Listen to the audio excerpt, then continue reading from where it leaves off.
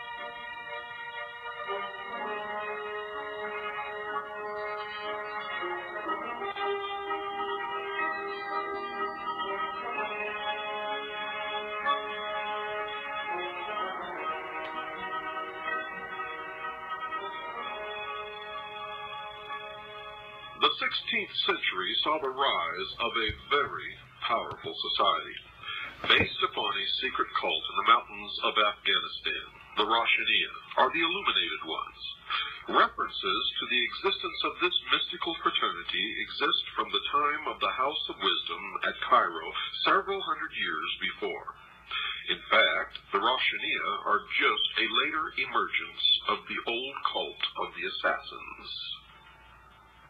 It seems likely that small branches were founded in various parts of the Near and Middle East, which would account for the special usage of the names of the 8 degrees of initiation among them. The earliest figure named in the history of the cult is one Bayezid Ansari of Afghanistan, whose family claimed descent from the Ansar, the helpers who assisted Muhammad after his flight from Mecca nearly 1,400 years ago. As a reward for this service, he stated his ancestors had been granted initiation into the mysteries of the Ishmaelite religion, the secret inner training which dated from Abraham's rebuilding of the temple at Mecca, the mystical Haram, to the assassins through the ROSHANIYA and into Europe via the Knights Templar. Bayezid's own father, however, was known to be as narrowly conventional as anyone in the country, and one account of the rapid rise of the sect has it that Bayezid, after a period of preparation for the normal priesthood, was converted to his strange doctrine by a missionary from the Ishmaelis, the sectarians holding a secret doctrine supposedly handed down in the family of the prophet, who maintained hidden lodges throughout the world of Islam, and also claimed, after the Crusades, to have penetrated with their ideas even Spain, Germany, France, and parts of Britain. However this may be, the illuminated ones soon became more than a headache for the governors of Afghanistan, the Mughal rulers of India, and their Persian neighbors. Not far from Peshawar, which is now in the northwest of Pakistan, Bayezid set up a small school where he carefully coached those who had been initiated by him in the knowledge of the supernatural that he claimed. A period of probation was expected from each candidate, during which he would go into periods of concealment or meditation, known as khilwat, or silence. During this time, he was to receive the illumination, which was emanated from the Supreme Being, who desired a class of perfect men and women to carry out the organization and direction of the world. Bayezid collected in this way, over a period of 3 years, about 50 staunch disciples, whom he had trained in obedience and to whom, so we are told, he had shown a way whereby they could liberate their inner powers. Well, this meant that they were ready to follow his further instructions. These orders, according to what his opponents say, were that the whole sect would now become bandits to prey upon the rest of the world, and all those who could not identify themselves by their secret sign were their legal and lawful prey.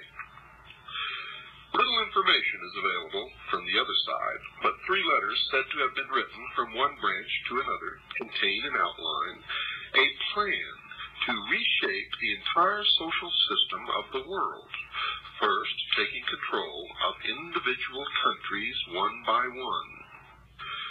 And where have we heard that before? We've heard it from every one of the histories of all of these different sects of Mystery Babylon, which on the outward appearance seem to be different from each other.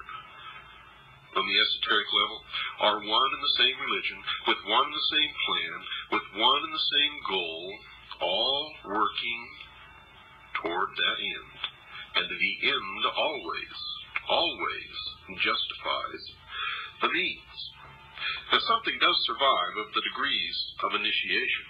The first was Salik, or seeker, followed by Murid, disciple, Fakir, humble devotee, Arif, enlightened one, Khwaja, master, Emir, commander, Imam, priest, and Malik, chief or king. This succession does not follow the usual pattern of promotion in the Muslim mystical secret societies, the tariqas, and seems to have been specially devised for this one. In the first 3 degrees, the candidate perfected himself by repetitions of certain phrases which were believed to carry power. Examples are these: Rabba, Afrina'a, Heya, Hafida, Kwawaya. Of these words, all Arabic are Persian. The first stands for the concept of lordship, the second for creation, the third for life, the fourth for protection, and the last for absolute power. If they were repeated with deep meditation upon various forms of their manifestations in human life, it was believed the appropriate power would come into the devotee.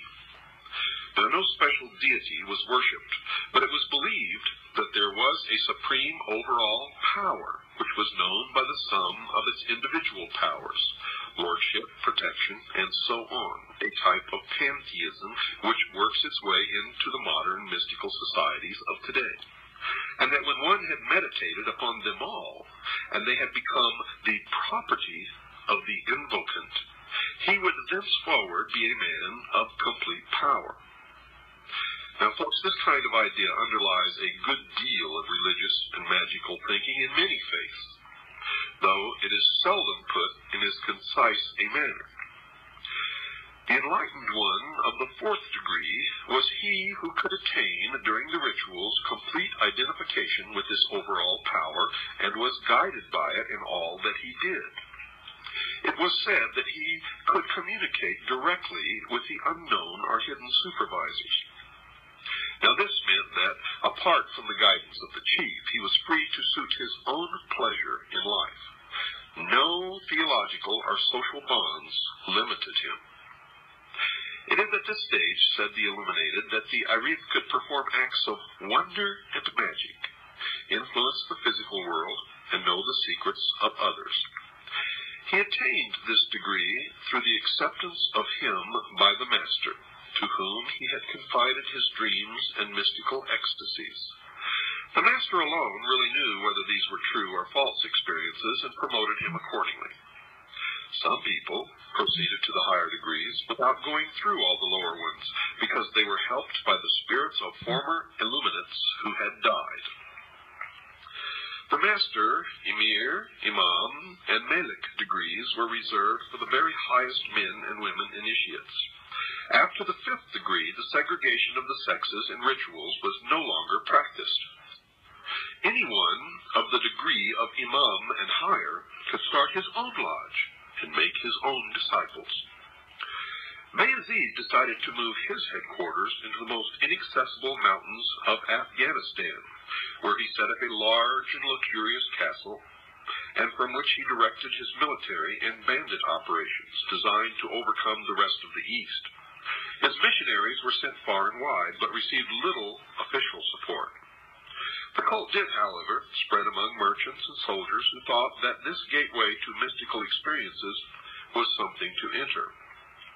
They contributed lavishly to the chief's upkeep and his most expensive military, political, and espionage system. The heady wine of this success seems to have affected the prudence of the head illuminate more strongly than it should, for his claims became more and more extreme in public, as most usually do. There was, he now preached, no afterlife of the kind currently believed in, no reward or punishment, only a spirit state which was completely different from earthly life. The spirits, if they belonged to the order, could continue to enjoy themselves and be earthly powers, acting through living members, but that was all. The preaching of this spiritual vampirism seemed to delight his followers as much as it infuriated his enemies, because Bayezid now gave out more and more of the new doctrine based upon his no afterlife creed. Eat, drink, be merry, gain power, look after yourself. You have no allegiance except to the order, he told them, and all humanity which cannot identify itself by our secret sign is our lawful prey. The secret signal was to pass a hand over the forehead, palm inwards, the countersign to hold the ear with the fingers and support the elbow in the cupped other hand. And you can see that sign be exchanged even today in the courts of law all over the United States of America between lawyers and judges, defendants and judges, prosecutors and judges, prosecutors and defending lawyers, etc., etc., etc. Bayezid took to himself the style of Pir al-Roshan, or sage of illumination, and founded a city at Hashnagar, which was to be the center from which Illuminism was to spread all over the world. Now, each member of his following was given a new name upon entry. Does that sound familiar? And this name depended upon the guilds to which he, in theory, belonged. According to Bayezid, all humanity was divided into professions. His were lamp makers. Some members were the makers, others sold lamps. Some were known as this kind of lamp, some another. Lamp of the darkness was a typical example. Among the other guilds noted are those of the builders. Does that sound familiar? Soldiers, merchants of various kinds, and scribes. They can be found today in organizations such as the American Medical Association or the American Bar Association, etc., etc. Writing in the 19th century, an Afghan scholar who was by no means fond of the society of the Roshaniya claimed that they were, in fact, an organization devoted to fighting against the tyranny of the Moguls, and that the banditry and strange doctrines attributed to them were untrue. Allegations by interested parties.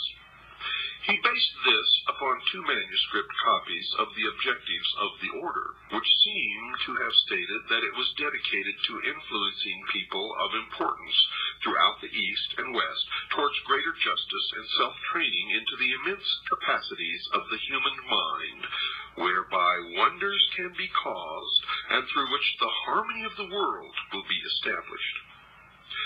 Now, these ideas are taken from those enshrined in our ancient literature and practices, as well as those of the Persians, many of whom followed the true illuminated path before the new message was revealed, they stated. In the end, the imperial mogul decided that something must be done about the widespread power of the militant mystics of the Hindu Kush mountains. The governor of Kabul arrested Bayezid, clapped him in irons, and paraded him through the streets to show that here was no supernatural being. To give further point to the proceedings, his hair and beard were half-shaved, but this governor, Moshe Khan, was under the ascendancy of his religious guide, one Sheikh Atari, who may even have been a secret adherent of the illuminated one, for the cult was spreading with rapidity. In any case, he told the governor that Bayezid was undoubtedly a man of great and holy attainments, and that considerable suffering would inevitably attend anyone who treated this man harshly. Bayezid was allowed to escape. The indignities to which he had been subjected kindled his Illuminism still higher. Calling his numerous companions, he retired to tribal Tehra, where he set up a military and court atmosphere which is still remembered for its glamour, fervor, and mystery. India and Persia were to be overcome by force of arms, he announced. To that end, many more were to be enrolled into the ranks of the illuminated. Enthusiastic scenes throughout Afghanistan resulted from the proclamation, which was carried far and wide to the accompaniment of kettle drums, wild sword dances.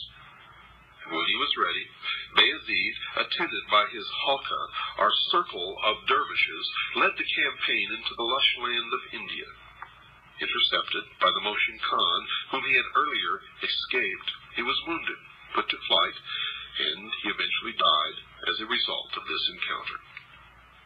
His son, Omar Ansari, proclaimed himself leader, and immediately ordered an attack upon the Pathan tribe of the Yusufzai, who had allied themselves with the Mogul. He was killed by the hillman, and his own son, quote, the servant of the one, unquote, took over the leadership. And by the middle of the 17th century, this youth had been killed defending his castle against a Mogul expeditionary force. His infant son escaped with some of his followers into Afghanistan proper, where the cult was restarted. The descendants of this Abdul Qidar, servant of the powerful, continued to rule the fanatics and to send their teachers far and wide. The creed eventually split into two divisions, the military and the religious, and nowadays it is only the followers of the latter who survived, still a secret cult which might, given the right conditions, have touched off a movement as important as that of the assassins. Now, 40 years after the last religio-military leader of the Afghan Illuminated Ones died, a society of the same name, the Illuminati, came into being in Germany, formed, it is said, by Adam Weishaupt. The young Jesuit priest, a professor of canon law at the Jesuit Ingolstadt University. Coincidences of date and beliefs connect these Bavarian Illuminati with the Afghan ones, and also with the other cults which called themselves Illuminated. In actual fact, they are all the same. The beginning of the 17th century saw the foundation of the Illuminated Ones of Spain, the Alumbrados, condemned in an edict of the Grand Inquisition in 1623, out of which the condemned Ignatius Loyola emerged as a man immune to prosecution, arrest, or accusation from any king, prince, or prelate. As the head of one of the most powerful secret societies ever organized, the Society of Jesus, now known as the Jesuits, Ignatius Loyola had been the leader of the Alumbrados in Spain, and it was his sect, the Illuminated Ones, or the Alumbrados, which became the Society of Jesus. In 1654, the Illuminated Guernets came into public notice in France. Now, documents still extant show several points of resemblance between the German and Central Asian Illuminists, points which are hard to account for on the grounds of pure coincidence, and yet which still might, one supposes, be nothing more than that.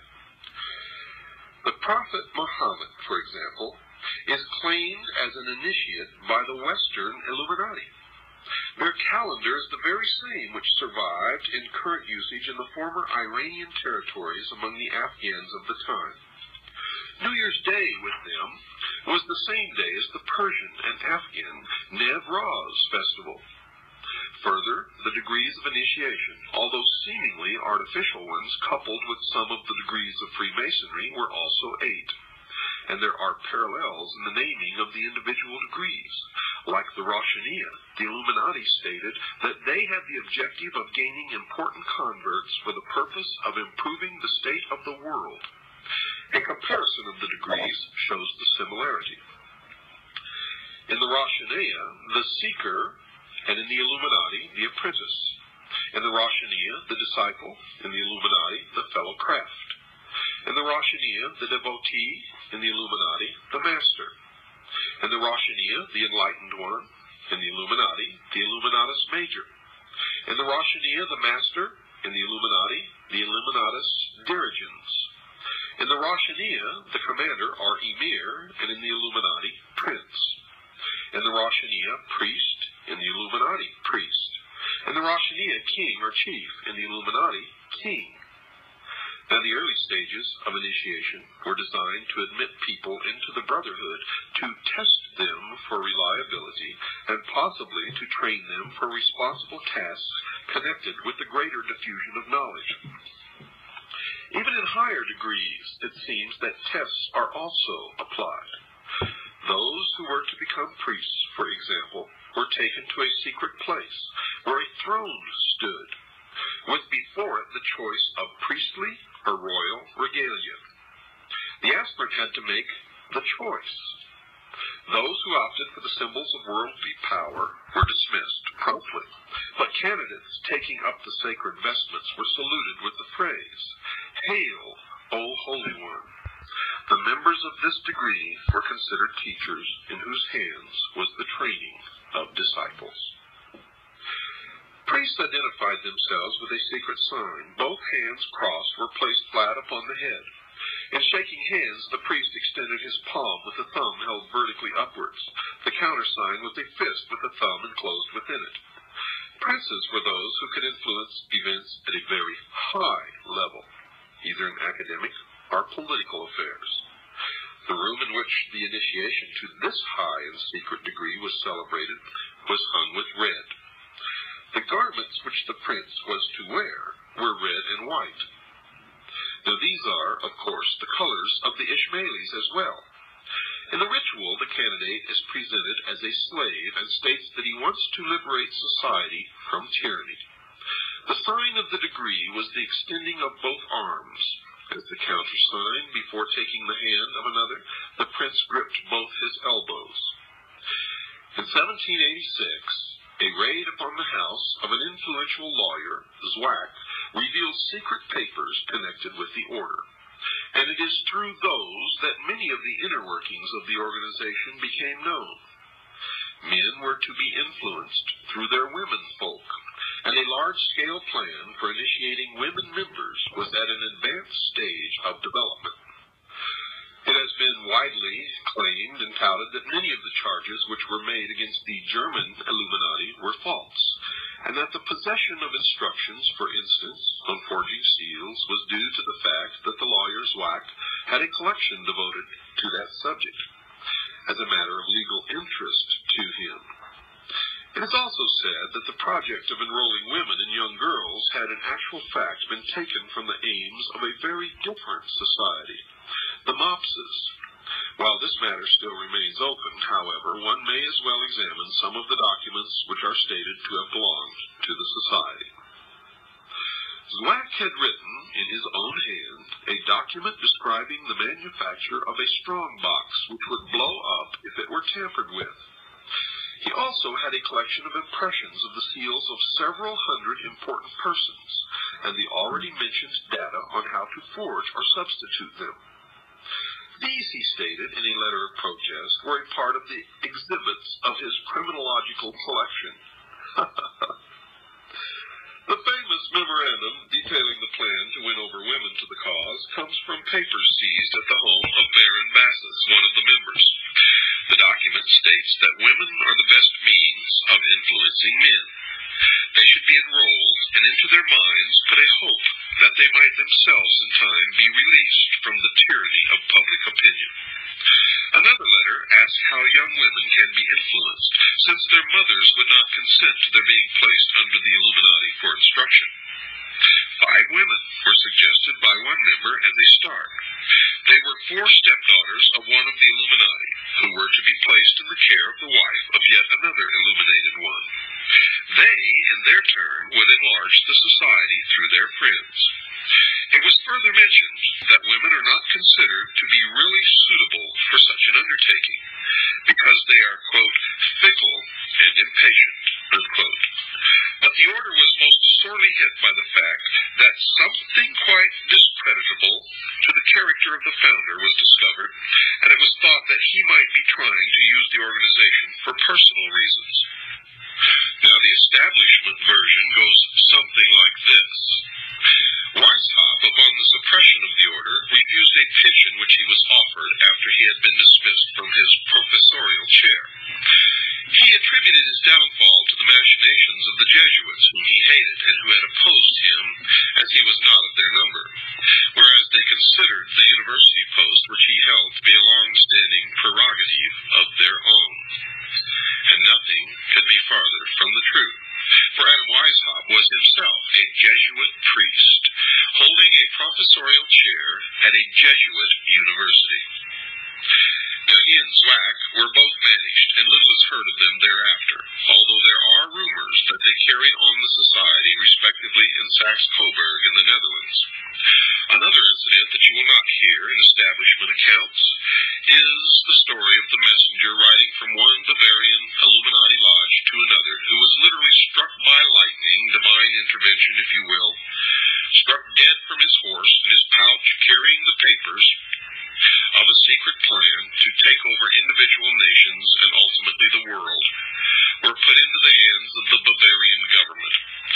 And many of the portions of these papers are almost word for word what later became known as the protocols of the wise men of Zion. We've got to take a short break, folks. Don't go away. We'll be right back after this short pause.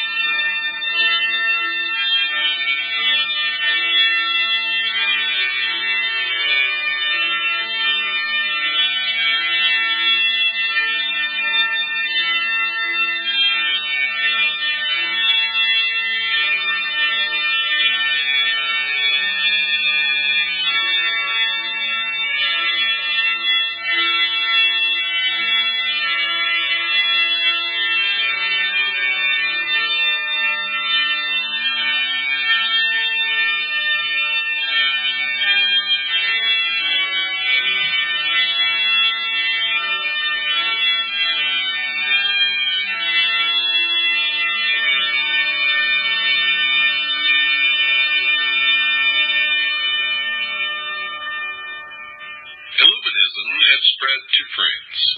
However, some years before its suppression in Germany, influential personages were members, many drawn from the ranks of the important Freemasons of Paris.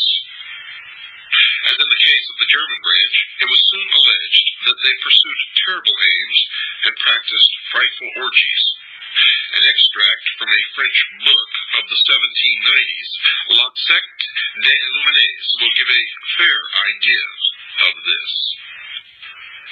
The huge chateau of Ermenonville near Paris was one of the chief lodges of the Illuminated. It belonged to the Marquis of Girardin, who protected Rousseau and later gave him a tomb on his estate. Saint-Germain, the notable impostor, presided over it. He claimed to be 1,000 years old and to be able to make gold. He was said to be immortal, but strangely died in 1784. And even today, some Looney Tune wackos claim that they converse with Saint Germain, who's still alive, walking around in a modern-day suit and tie. Well, on the day of his initiation at the Chateau of Ermenonville, the candidate was conducted through a long, dark passage into an immense hall draped with black. There were faint lamps set around the room.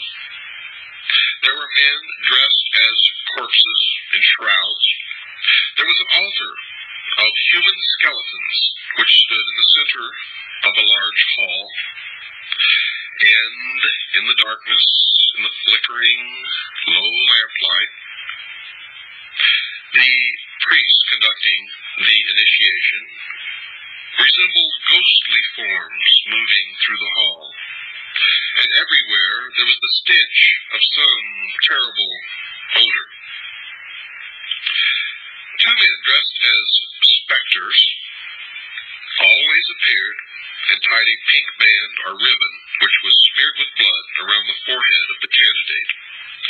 Upon this was an image of the Lady of Loretto. Does this sound familiar, ladies and gentlemen? A crucifix was placed in his hand and an amulet hung around his neck. He was asked to remove his clothes, and if he showed any hesitancy, his clothes were removed for him and laid upon a funeral pyre. Crosses of blood were smeared upon his body, and then his genitalia were tied with a ribbon or with string. Then frightening figures, covered with blood and mumbling strange incantations, approached and threw themselves down in prayer.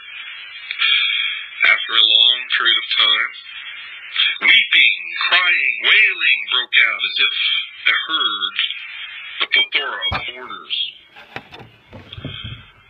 were bereaved upon the death of their closest and deepest love.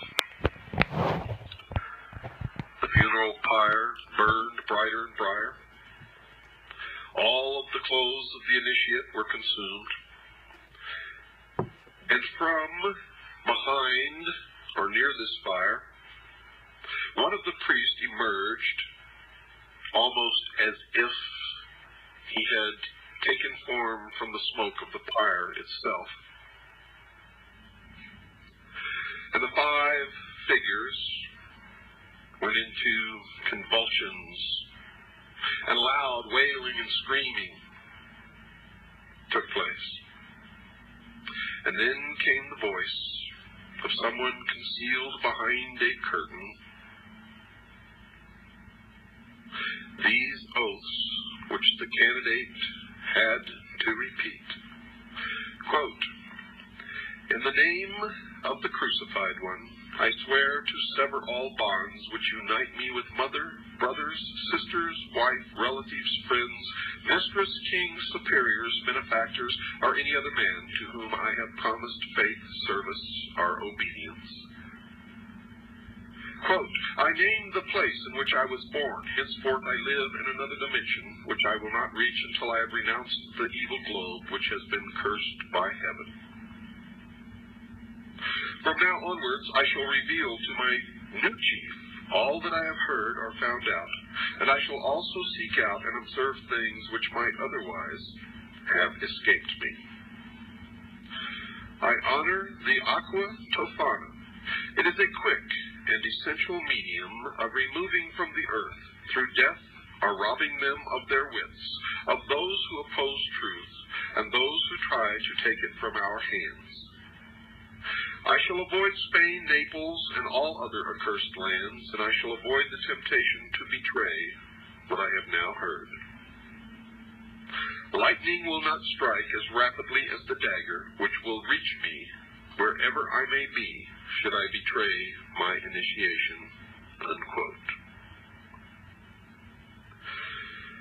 Then a 7-branched candelabra bearing 7 black candles was placed before the candidate, and a large bowl containing human blood.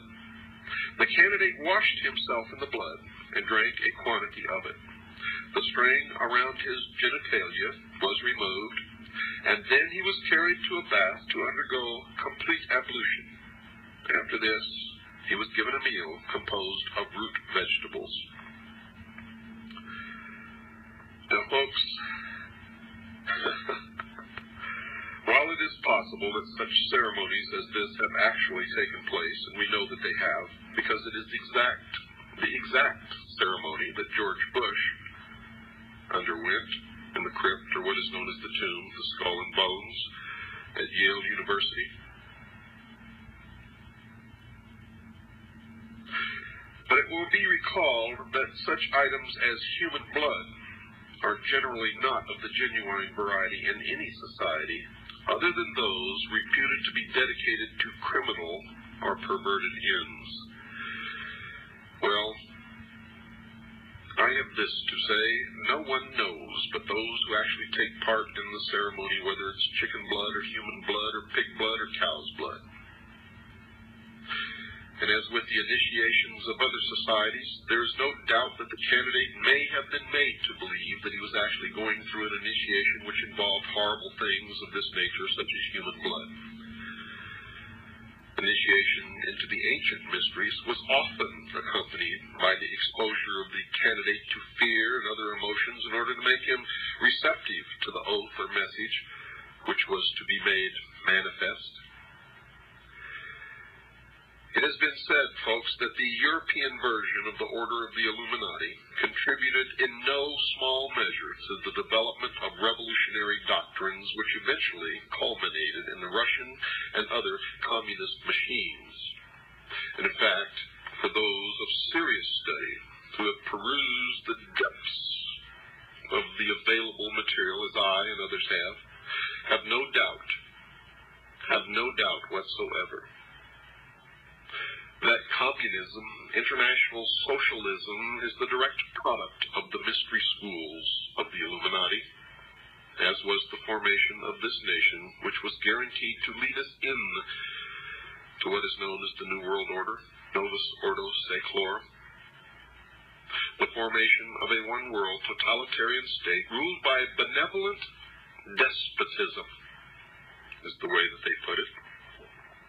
And there is little doubt that the order was dedicated to the overcoming of princely power, as it was then known, and to the diffusion of anti-religious ideas.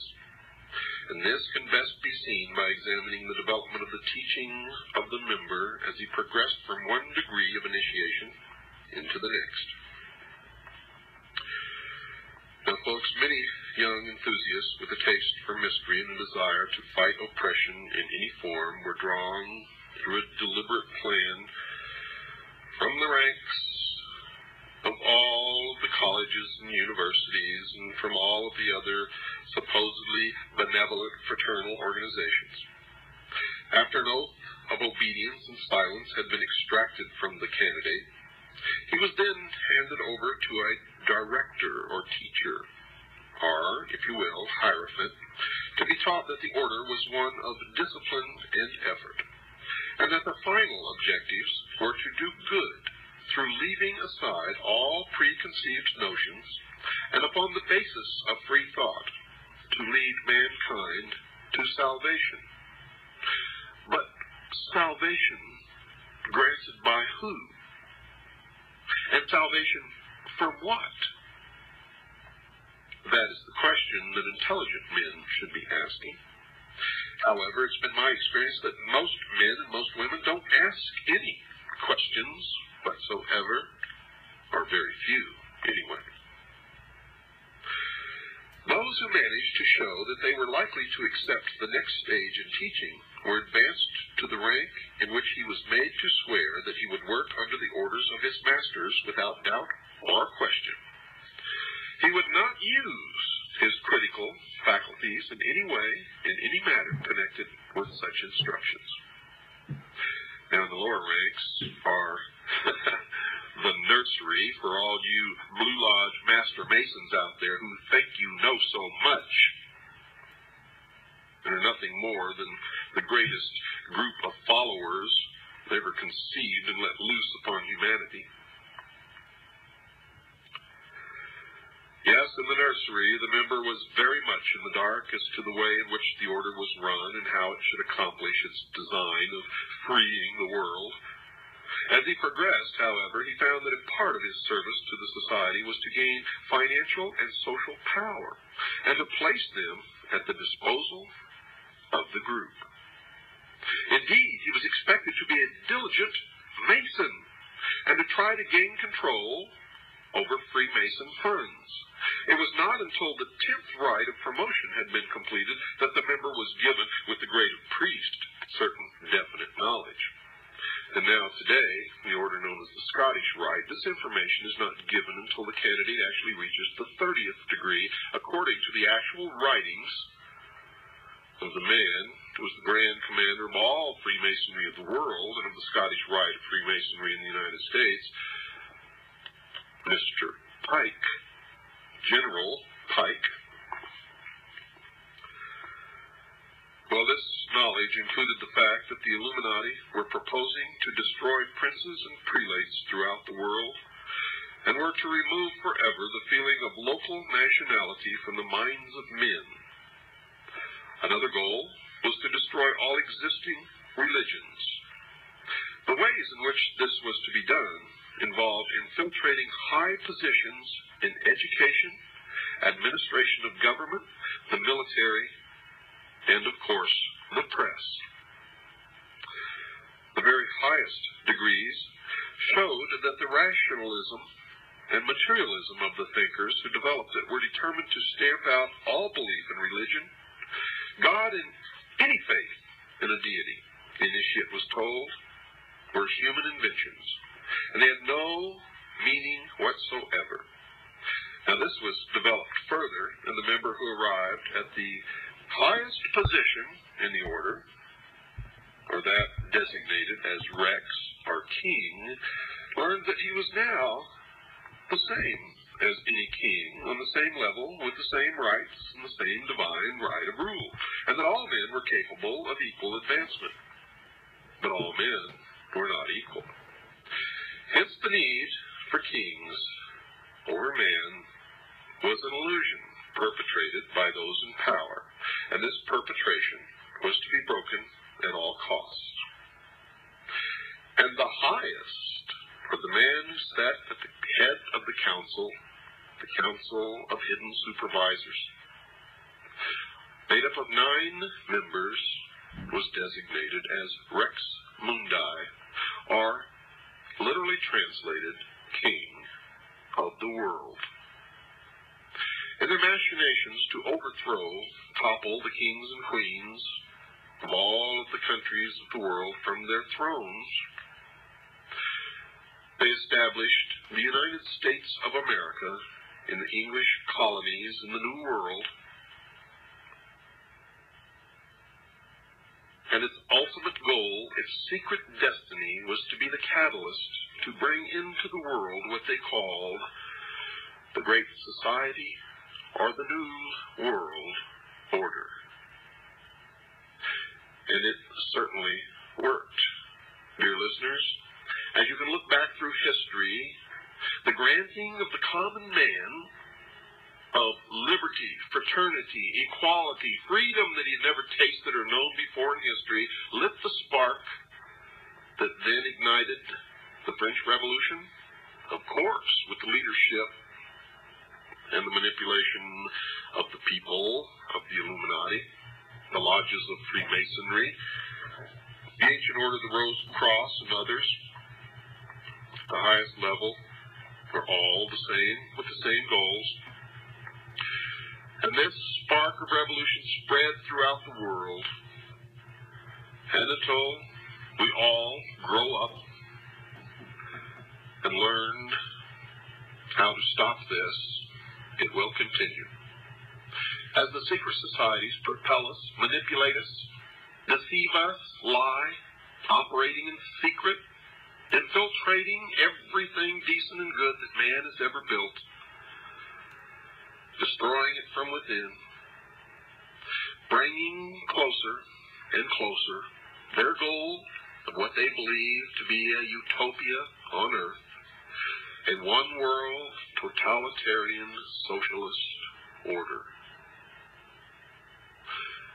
They hope to create the world where they will rule, as being the ones who possess the only truly mature minds.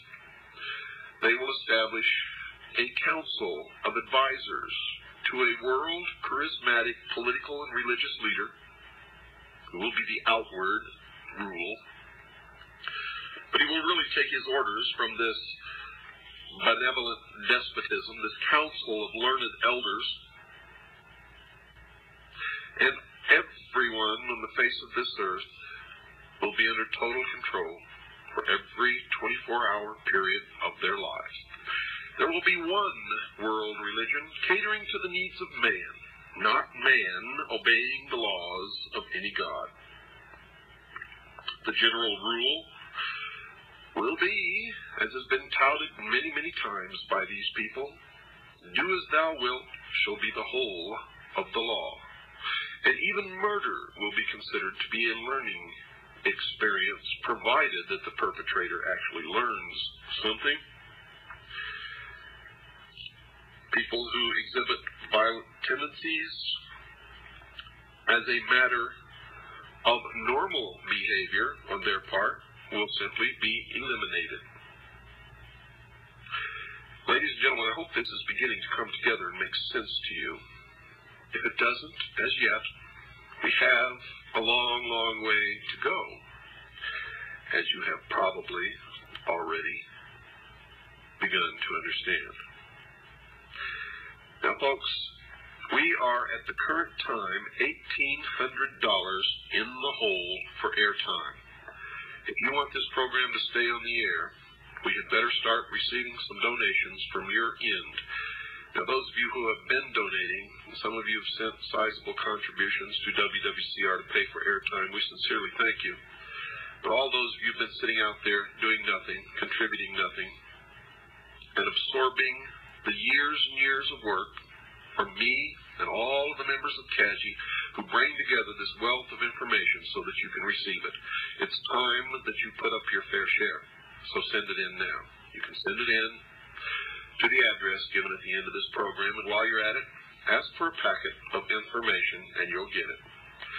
Or you can call Stan at 602-567-6109. Good night, and God bless each and every one of you.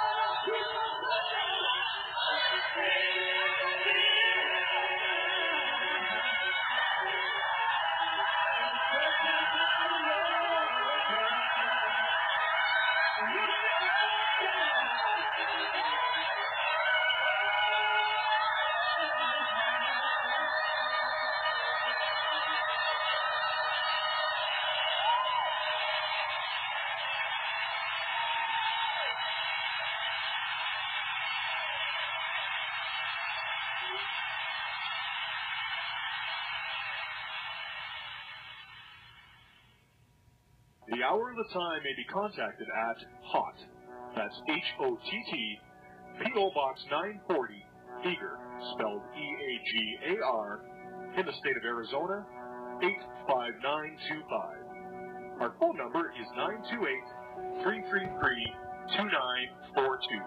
and our website is www.houroftetime.com.